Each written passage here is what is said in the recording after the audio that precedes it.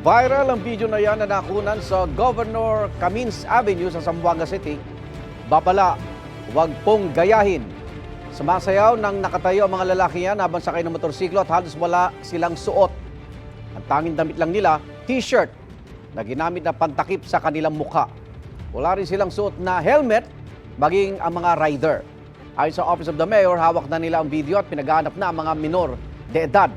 Sabi naman ng pulisya, nakuha na nila ang pangalan ng nakarehistong may-ari ng isa sa mga motorsiklo.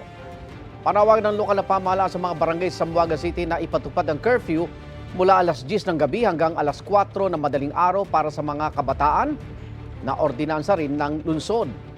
Paalala po, may tuturing itong reckless driving na maaaring makapagperwisyo sa mga motorista at mga ari-arian.